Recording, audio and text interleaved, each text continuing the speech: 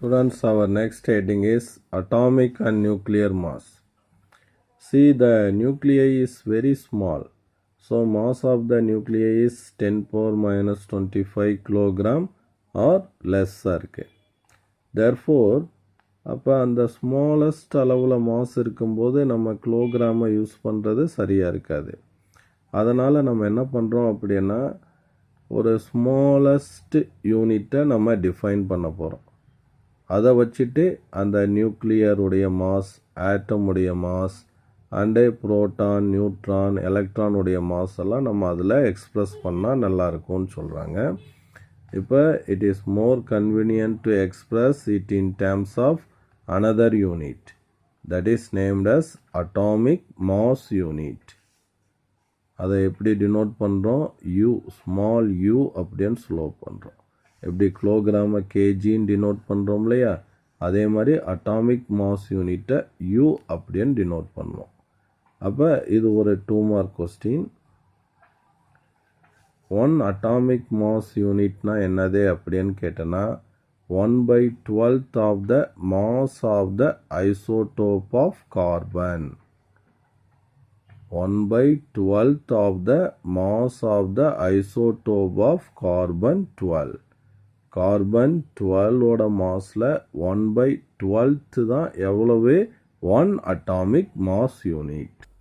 இப்போ வந்து நம்ம என்ன பார்க்க போகிறோம்?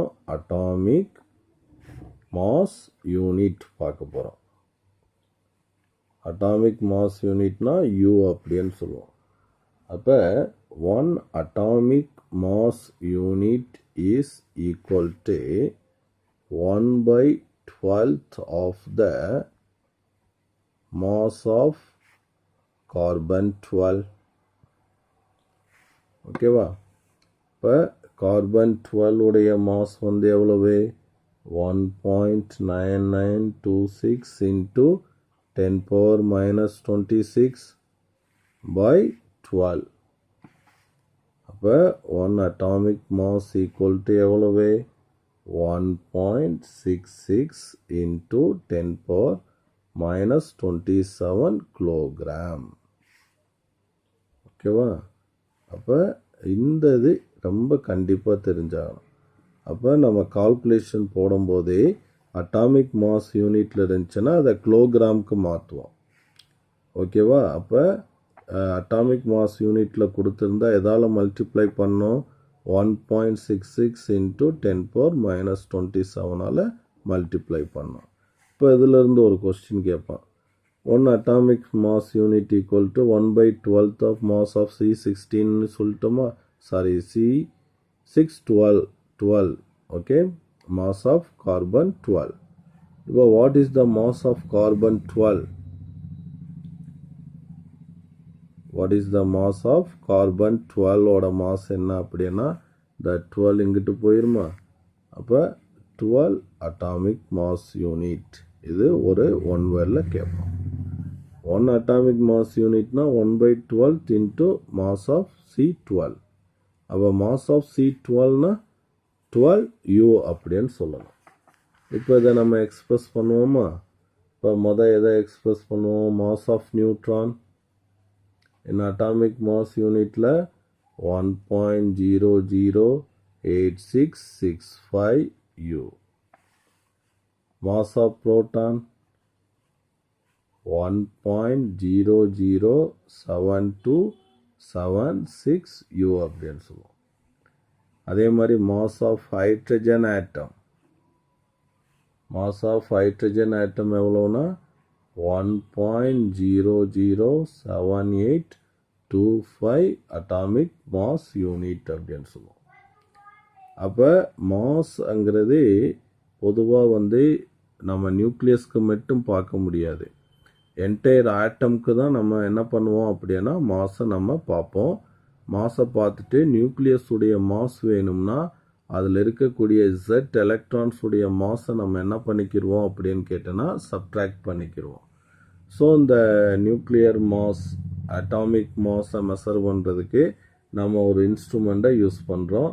அதை இந்த பாடத்தில் பார்ப்போம். அந்த இன்ஸ்ட்ருமெண்ட்டுக்கு பேர் பைன்பிரிட்ஜ் Bainbridge mass spectrometer. The instrument used to measure nuclear mass அப்படின்னா அட்லீஸ்ட் மாஸ் ஸ்பெக்ட்ரோமீட்டர்ங்கிற வேர்டை நினைவில் வச்சுக்கணும். அதில் இருக்கக்கூடிய ஒரு இன்ஸ்ட்ருமெண்ட் தான் பெயின்பிரிட்ஜ் மாஸ் ஸ்பெக்ட்ரோமீட்டர். இப்போ experimentally the atomic mass is determined by the instrument Bainbridge mass spectrometer. If we determine the atomic mass of the element without considering the effect of isotopes, ஐசோடோப்போட effect இல்லாமல் atomic மாஸை நம்ம calculate பண்ணோம்னா நம்ம என்ன பண்ணுவோம் அப்படின்னு கேட்டோன்னா mass average over different isotope weighted by their abundance. அந்த எலமெண்ட்டில் இருக்கக்கூடிய ஒவ்வொரு ஐசோடோப்பும் என்ன ஆவரேஜில் இருக்கோ என்ன பர்சன்டேஜில் அது கிடைக்குதோ அதுக்கெல்லாம் ஒரு ஆவரேஜ் மாஸ் நம்ம எடுத்துருவோம். இப்போ அதுக்கு உண்டான ஒரு எக்ஸாம்பிள் தான் இங்கே பார்க்க போகிறோம். Average atomic mass of chlorine if no distinction is made between its different isotopes அப்படிங்கிறத கொடுத்துருக்கான். இப்போ பார்த்தீங்கன்னா குளோரின் அப்படிங்கிறதுல எத்தனை ஐசோடோப் வருது? 2 ஐசோடோப் வருது. குளோரின் 35, இன்னொன்று குளோரின் 37. குளோரின் 35 எவ்வளோ பர்சன்டேஜ் இருக்குது? 75.77%. Chlorine 37 24.23%.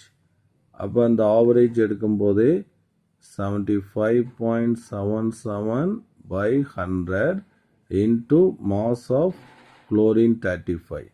அப்போ 34.96885 atomic mass unit plus chlorine 37 எவ்வளோ பர்சன்டேஜ் இருக்குது? 24.23 by 100 into Cl 37 உடைய மாஸ் 36.96593 U. அப்போ இதை கால்குலேட் பண்ணோம்னா 35.453 U. அப்போ கெமிஸ்ட் என்ன பண்ணுறாங்க அப்படின்னு கேட்டோன்னா average atomic mass simply called the chemical atomic weight for chlorine வந்து 35.453 அப்படின்னு சொல்கிறாங்க. இதில் it must be remembered that atomic mass which is mentioned in the periodic table is basically the average atomic mass தான் நம்ம அங்கே டேபிளில் use பண்ணுறோம். குளோரின்னா 35. So அதில் இருக்கக்கூடிய ஐசோடோப்ஸ் உடைய ஆவரேஜ் மாஸை தான் நம்ம என்ன பண்ணுறோம்? அதனுடைய மாஸாக நம்ம யூஸ் பண்ணுறோம் அப்படிங்கிறத இந்த எக்ஸாம்பிளில் அவங்க சொல்லியிருக்காங்க.